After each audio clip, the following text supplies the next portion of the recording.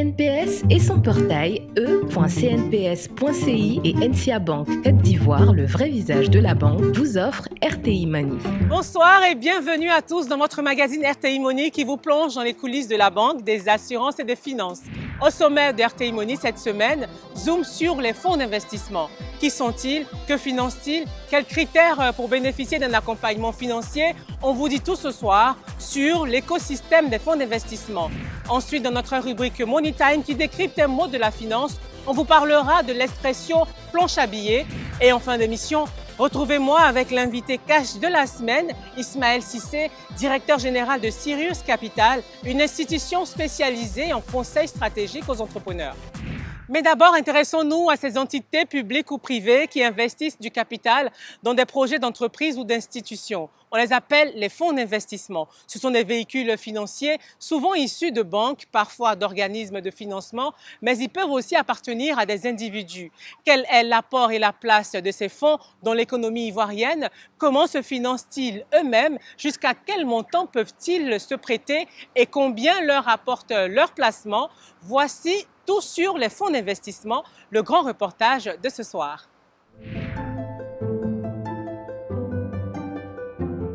Dans le quartier de la Palmeraie, dans la commune de Cocody, derrière les murs de ce bâtiment, le premier centre médico-chirurgical spécialisé dans la santé mère-enfant en Côte d'Ivoire. C'est aussi la première et unique unité spécialisée en assistance médicale à la procréation. Dans les laboratoires, une équipe de plus de 50 praticiens pilotée par cette dame. Donc c'est quoi ce matin? Donc 2 ponctions ce matin et 4 transferts dans l'après-midi. Dr Myriam Kadio-Morokro-Brou est médecin biologiste et directrice de la clinique. Face aux besoins croissants d'aide à la procréation, elle s'est lancée dans ce projet en 2008. 12 ans après, l'unité a permis plus de 700 naissances avec un taux de réussite de plus de 40%. J'ai déposé les boîtes de petits pour les mettre au chaud pour les ramener à température. Tu ne prépares pas les milieux avant? Non, mets non, pas je ne mets pas le fraîcheur avant. J'attends qu'il donne le... Ah, ok. Si la clinique a pu se positionner comme référence dans la sous-région, c'est grâce à son plateau technique de pointe. Des équipements de qualité qui ont nécessité un investissement de base de plus de 400 millions de francs CFA. Une somme obtenue grâce à des prêts bancaires. Nous avons choisi cet investissement au départ parce que d'abord c'était ma spécialité. Et puis la FIV, tout ce qui est assistance médicale à la procréation ne souffre pas de médiocrité. Il ne faut pas être médiocre. Donc tous les appareils de pointe doivent être à disposition des patients, des couples, pour faire aboutir leur projet parental. Donc c'est en cela qu'on a investi, c'est vrai, dans du matériel, mais pas que. On a investi également sur les hommes, pour qu'ils rentrent dans notre vision. Au départ, j'ai commencé un tout petit peu avec de l'emprunt bancaire, avec une banque de la place, très peu d'argent, plus des fonds propres. Après sa tournée matinale, le docteur Myriam a rendez-vous dans son bureau avec le directeur médical et le consultant financier de la clinique. La directrice a lancé un projet de construction de nouveaux centres de procréation médicalement assistés, pouvant accueillir 2 fois plus de patients, soit 1000 par an. On s'en va à Procréa 2. Donc, suivi Procréa 2, c'est comment? Et on va retrouver notre partenaire qui est IEP. Donc, dis-moi ce qu'elle a envie d'entendre. Le taux d'avancement des travaux est de 35%. Le taux d'exécution au niveau financier est de 30%. Donc, on a de l'avance et tout se passe très bien. Le partenaire dont parle le docteur est un fonds d'investissement. Un pot commun dans lequel des investisseurs mettent de l'argent et mandate une société de gestion pour pouvoir identifier des entrepreneurs qui vont pouvoir bénéficier de ces fonds propres. Un partenaire spécialisé, taillé pour ce type de projet nécessitant un investissement conséquent, plus de 6,5 milliards de francs CFA, même si l'aide n'est pas que financière. J'ai commencé d'abord avec la banque, à chercher de faire de la levée de dette. J'étais en train de parler de mon projet à un de mes amis qui m'a dit qu'il y a un fonds à impact qui peut t'aider parce qu'ils vont aider à structurer. C'est vrai que la banque va faire cette levée de fonds, mais avec les fonds d'investissement, c'est peut-être plus draconien. Mais au moins, ils vont t'aider à te structurer et à vouloir vraiment que la chose évolue, pas seulement que prendre de l'argent. Direction le quartier de la Riviera Mbadon, où se situe le chantier du nouveau centre médico-chirurgical du Dr Myriam. Ici, la porteuse de projet et l'équipe en charge de la réalisation du bâtiment retrouvent la représentante du fonds d'investissement partenaire. On est en train de regarder les nouveautés sur le projet depuis notre dernière visite. Alexandre était en train d'expliquer qu'on est en train de voir l'arbre qui sera au milieu. On n'a pas encore décidé quel serait-il. On est toujours dans le gros œuvre, mais les corps d'état secondaires ont commencé déjà à travailler pour permettre en fait de réduire les délais. Nous est responsable d'investissement pour le fonds. Elle suit heure par heure les avancées du projet de la clinique. Pour investir dans les projets qu'ils choisissent d'accompagner, les fonds comme celui de nous ont une stratégie bien rodée. Ils entrent dans le capital de la société bénéficiaire en tant qu'actionnaire minoritaire. Ici, les tickets d'entrée varient entre 6 millions de francs CFA et 2 milliards de francs CFA selon des règles établies par les acteurs de ce contrat. Un type de financement encore en phase d'implantation dans la sous-région. Notre activité est encore assez peu connue, même si des fonds comme nous sont présents sur le territoire ivoirien depuis un certain temps et on en a de plus en plus, mais l'activité reste assez peu connue. Mais les entrepreneurs qui découvrent notre activité apprécient justement non seulement l'aspect financement, mais aussi l'accompagnement, puisque encore une fois, on est très impliqué auprès des promoteurs et comme nous investissons en fonds propres, nous sommes vraiment liés à l'avenir, au succès du projet. On va faire un vrai suivi qui va permettre d'améliorer les capacités de l'entreprise. On a une durée moyenne de 5 ans et c'est vraiment l'objectif quand on rentre en tant qu'investisseur dans une entreprise, c'est de rester 5 ans au capital pour nous permettre de voir se réaliser le projet d'investissement pour lequel on est intervenu. Mais pour bénéficier du financement d'un fonds, le promoteur qui le sollicite doit d'abord répondre à certains critères. À l'autre bout de la ville, rendez-vous dans les locaux du fonds d'investissement en charge du projet de la clinique, où se tient cet après-midi-là un comité d'examen de 2 dossiers comme celui que présente Djibril, un chargé d'investissement. Sur le segment d'activité, c'est une entreprise qui est, sur certains aspects, qui est en position de leader sur plusieurs aspects. Maintenant, là, il faut aller chercher plus de croissance pour pouvoir confronter et maintenir le leadership. Moi, je me pose en fait des questions sur le passage à l'échelle par rapport à donc voilà comment est-ce qu'on compte accompagner ce dossier-là à avoir une croissance assez importante et une croissance qui nous intéresse pour investir. Je pense juste ça serait important de regarder au niveau des diligences. Pour nous, ce qui est important aussi, c'est d'aller au-delà juste de la quantité de femmes qui sont employées. Je pense que ça serait bien de pouvoir regarder aussi au niveau de la qualité des emplois comme perspective long terme, puis dans notre plan d'accompagnement, ça serait génial d'avoir ça à l'intérieur. Au cours de réunions cruciales comme celle-ci, l'équipe composée des chargés d'investissement et d'analystes débattent des dossiers qui leur ont été soumis. Le projet, mais aussi le profil du candidat à l'accompagnement est scruté à travers différents aspects. On a des critères qui sont à la fois quantitatifs et qualitatifs. Typiquement, quand on regarde un dossier, on va regarder l'activité, on va regarder la qualité de l'entrepreneur, la qualité morale. Ça, c'est, si vous voulez, c'est le facteur clé qui est au-dessus de tous. Après la qualité morale, il y a le critère de croissance. Il faut qu'il y ait de la croissance dans l'activité et il faut que l'entrepreneur ait envie de grandir. Nous, on se rémunère, c'est la croissance. C'est pour ça qu'on on regarde les entrepreneurs et les entreprises qui veulent aller chercher de la croissance aussi. C'est en partageant les fruits de la croissance, dont la grande partie, puisqu'on reste minoritaire, les fruits de la croissance, la grande partie revient à l'entrepreneur. Et nous, on prend la partie qui revient aux minoritaires que nous sommes. De la croissance et du développement, des critères qui s'appliquent à cet établissement situé au sud d'Abidjan. Ce groupe hôtelier a pu compter dès 1997 sur l'appui d'un fonds d'investissement. De multiples collaborations ayant permis à la marque de se déployer dans 5 capitales africaines. Par rapport aux différents projets de développement en cours, comment ils ont été impactés avec la Covid-19 et aujourd'hui, où est-ce qu'on en est, on va dire, sur ces différents projets? Il n'y avait pas de voyage, il n'y avait pas de transport, nos projets aussi ont été certains arrêtés carrément, notamment sur Dakar et Ouaga. Donc nos projets ont accusé un gros retard. Ce matin-là, Anna Traoré, chargée d'affaires senior du fonds d'investissement partenaire de la chaîne hôtelière, effectue une réunion par visioconférence avec M. Hague, le directeur général du groupe. Un point d'étape, comme régulièrement fait, pour s'assurer que les stratégies mises en place par les collaborateurs soient bien exécutées. Et l'objectif aujourd'hui, c'est de pouvoir terminer sur quel délai, on va dire? On a relancé les projets. Aujourd'hui, nous avons d'ailleurs de la visibilité. On sait à quelle date aujourd'hui on va ouvrir Dakar. On sait à quelle date on va ouvrir Ouaga. Depuis Bamako au Mali, M. Hague coordonne des projets de la chaîne hôtelière.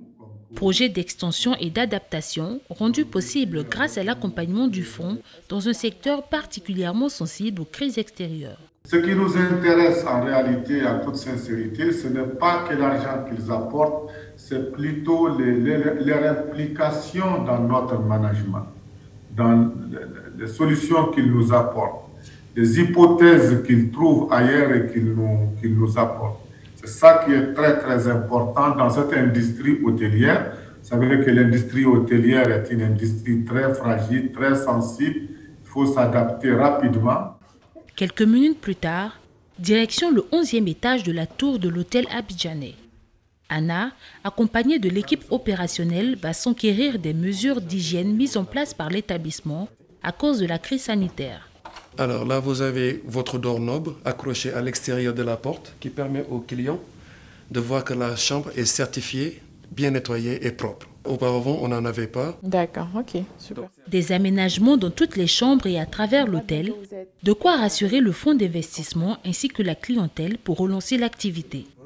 Des investissements, comme avec cette marque hôtelière, la société de gestion appelée Fonds à Impact en a réalisé dans plus de 40 entreprises dans des secteurs clés tels que les services financiers, les services de santé ou encore l'agro-industrie. Nous investissons donc dans des PME qui ont un projet de développement, soit pour devenir des champions nationaux ou voire même des champions sous-régionaux. D'abord, le secteur d'activité dans lequel la société exerce, est-ce qu'il est porteur? Également la société, comment elle se positionne dans ce secteur d'activité? Est-ce qu'elle fait partie des leaders ou quelles sont ses perspectives, on va dire, d'évolution et de croissance? Nous avons levé un fonds aujourd'hui, fonds financier, qui est vraiment focalisé sur le secteur financier, donc tout ce qui est banque, assurance, microfinance et fintech. Quelques jours plus tard, nous retrouvons Anna à Cocody pour un rendez-vous. Anna est également trésorière de l'Association ivoirienne des investisseurs en capital pour le compte de son entreprise. À l'ordre du jour de cette rencontre, définir les actions de l'association pour l'année 2021. Je pense qu'aujourd'hui, il faut qu'on leur propose encore d'autres thématiques de formation pour l'année à venir. Est-ce que ce serait des formations sur des thématiques ESG par exemple, ou des thématiques de création de valeur pour nos portefeuilles, etc. Et derrière aussi, voir qui pourrait animer ces formations. Malik Ouattara est associé dans un fonds d'investissement et vice-président de cette association, une plateforme de promotion de leur métier et de leur rôle dans le développement du secteur privé ivoirien. Un rôle souvent complémentaire à celui de la banque pour les investissements. A priori, il ne faut pas opposer la banque au fonds d'investissement parce qu'un entrepreneur aura toujours besoin de faire des opérations courantes et même pour des opérations de financement de projets à court moyen terme. Et en même temps, le banquier verra d'un bon œil d'avoir au capital de la société un fonds d'investissement qui est un tiers de confiance et qui apporte ce gage de solidité et de confiance pour la pérennité de l'entreprise et donc sera plus enclin à octroyer ce financement-là. Mais sur un projet particulier, un projet spécifique, on pourra préférer un fonds d'investissement à un banquier dans la mesure où l'argent que met le fonds d'investissement, c'est de l'argent patient, ce qu'on appelle l'argent patient, c'est-à-dire de l'argent qui va travailler sur une longue période, alors que le banquier aura tendance à exiger le remboursement de l'argent qui a été prêté selon l'échéancier qui était convenu préalablement. Des investisseurs prêts à prendre des risques et investir dans les PME ivoiriennes, maillon essentiel du développement économique du pays. À la recherche d'une offre qui vous corresponde, découvrez nos offres de produits et services groupés NCA Bank, les packs tout en un. Compte chèque, découvert, carte bancaire, services bancaires à distance, assurance vie et plein d'autres avantages. Jeunes, artisans, fonctionnaires et salariés, quel que soit votre profil, nous avons le pack qui vous convient. Rendez-vous dans l'agence NCA Bank la plus proche et ouvrez votre compte. Plus d'infos 80 200 800. NCA Bank, le vrai visage de la banque. À suivre dans quelques instants l'interview avec notre invité cash de la semaine, Ismaël Cissé, directeur général de Cyrus Capital, avec qui on parlera de financement structuré pour les entreprises. Mais avant, voici le Money Time et aujourd'hui, on vous explique ce que c'est que la planche à billets. Explication.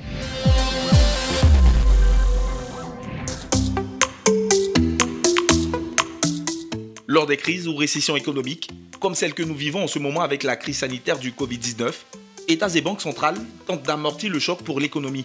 L'un des outils à leur disposition se nomme la création monétaire, encore appelée de manière familière la planche à billets. Mais qu'est-ce que signifie concrètement faire tourner la planche à billets? Si l'on s'en tient à sa définition classique, la planche à billets désigne le processus mécanique de fabrication de billets de monnaie dans des ateliers dédiés à cette activité.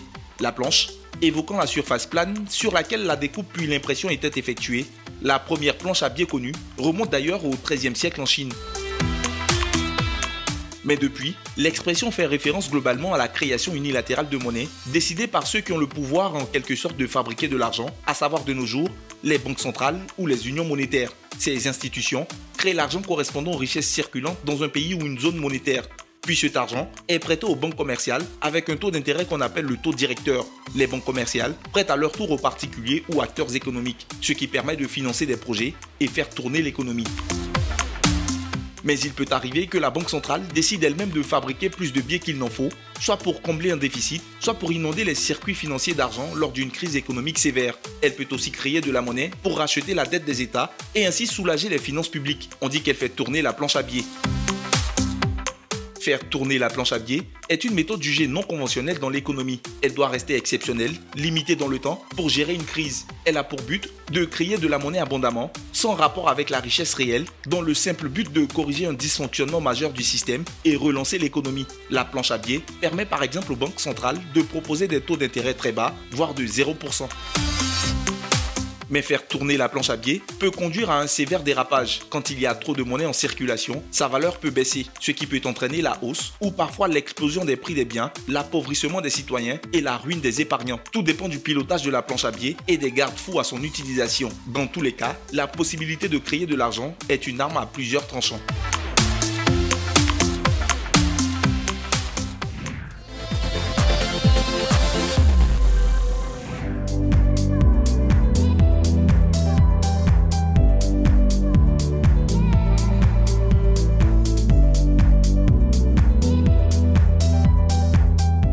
C'est un passionné des marchés financiers. Il est le directeur général de Cyrus Capital, une banque d'affaires, mais aussi et surtout une société de gestion et d'intermédiation. Ismaël Cissé, bonsoir. Bonsoir, Justine.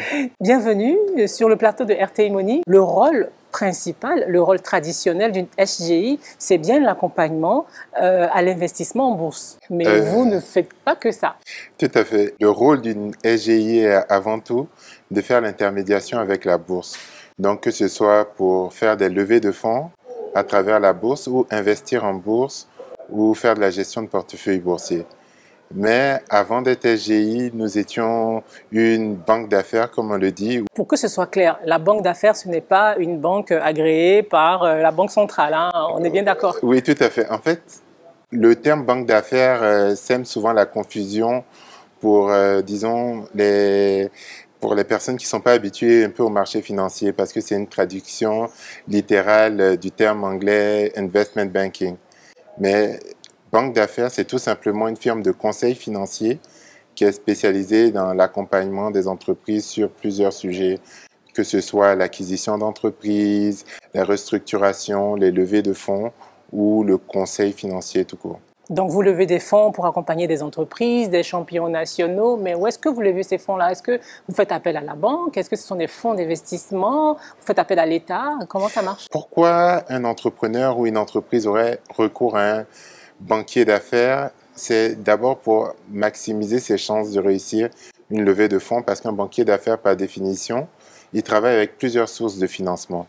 Donc, nous travaillons non seulement avec les sources de financement traditionnelles, à savoir les banques et les fonds d'investissement locaux, qu'avec des sources de financement qui proviennent d'institutions de développement ou d'autres types de financiers privés à l'international.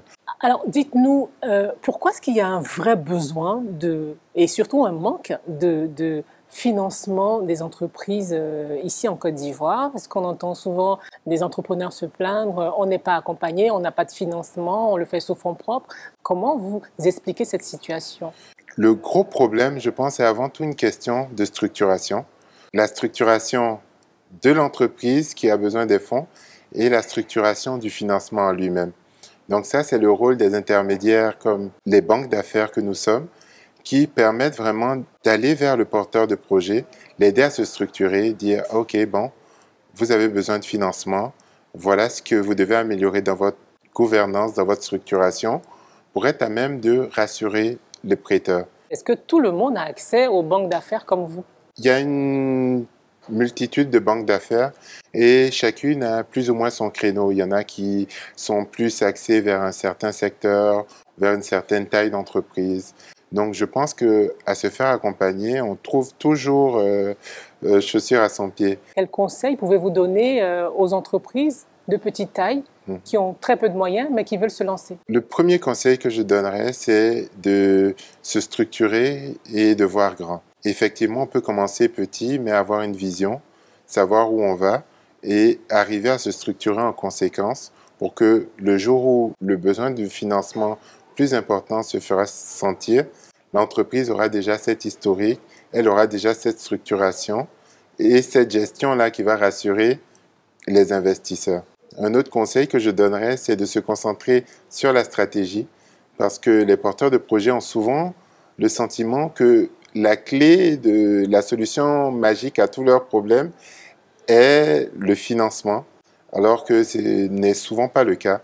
Souvent, il s'agit juste d'une question de stratégie, d'avoir la bonne stratégie, de se structurer, de structurer ses contrats de sorte à vraiment arriver à croître et à se développer en ayant minimalement besoin de ressources externes. Est-ce qu'il y a des secteurs d'activité dans lesquels les financiers mettent tout de suite de l'argent plus que d'autres? Notre système financier est habitué à certaines structurations et souvent ils ont du mal à innover et trouver des structurations pour financer certains types de projets. Par exemple, en traite de café-cacao, nos banques sont habituées. C'est peut-être un peu moins le cas pour l'anacarde où il n'y a pas de produit structuré qui a été conçu spécifiquement. Donc, nous, notre rôle aussi, c'est d'arriver à structurer des produits ad hoc pour permettre aux financiers de se retrouver, peu importe le secteur. Parlons à présent de la bourse. Est-ce qu'il faudrait la révolutionner pour la faire évoluer ou bien tout va bien, elle est parfaite? Nous avons une bourse qui est assez dynamique, qui bouge, qui essaie d'innover. Donc, nous avons des concours qui sont faits pour encourager les fintechs. Nous avons un troisième compartiment de la bourse qui est ouvert. Donc, nous avons une bourse qui est quand même dynamique. Mais la révolution qu'il faut arriver à mener, c'est de faire de la bourse un outil d'investissement qui s'adresse au grand public. Donc, il faut arriver à permettre à monsieur et madame tout le monde d'investir en bourse, de prendre des décisions éclairées. Mais quelle est la stratégie que vous, les acteurs justement de cette place financière-là, vous mettez en œuvre pour arriver à ce résultat? Notre autorité des marchés financiers encourage la digitalisation, la bourse en ligne en tant que telle, permettent d'avoir à travers des applications la possibilité de transiger. Mais je pense qu'il faut aller encore plus loin. C'est-à-dire, il faut arriver à accompagner, donner des conseils. Donc, l'intelligence artificielle a un rôle à jouer pour permettre à vous, en fonction de votre profil d'investisseur, de vos objectifs, arriver à vous encadrer, vous proposer des investissements, des options d'investissement qui sont personnalisées et qui tiennent compte de vous, vos contraintes et de vos préférences. Accompagnement pour investissement en bourse, conseil aux entreprises, banques d'affaires. C'est quoi la suite pour Sirius Capital? C'est de continuer à faire ce par quoi nous sommes illustrés, c'est-à-dire arriver à accompagner les acteurs dans leurs besoins de financement et arriver à vraiment rendre la place beaucoup plus dynamique, mettre le financement à la disposition des entrepreneurs qui ont des projets à fort potentiel. En tout cas, on vous souhaite beaucoup de succès. Merci. Ismaël Cissé, merci d'avoir répondu aux questions d'RTI Money. Merci Justine.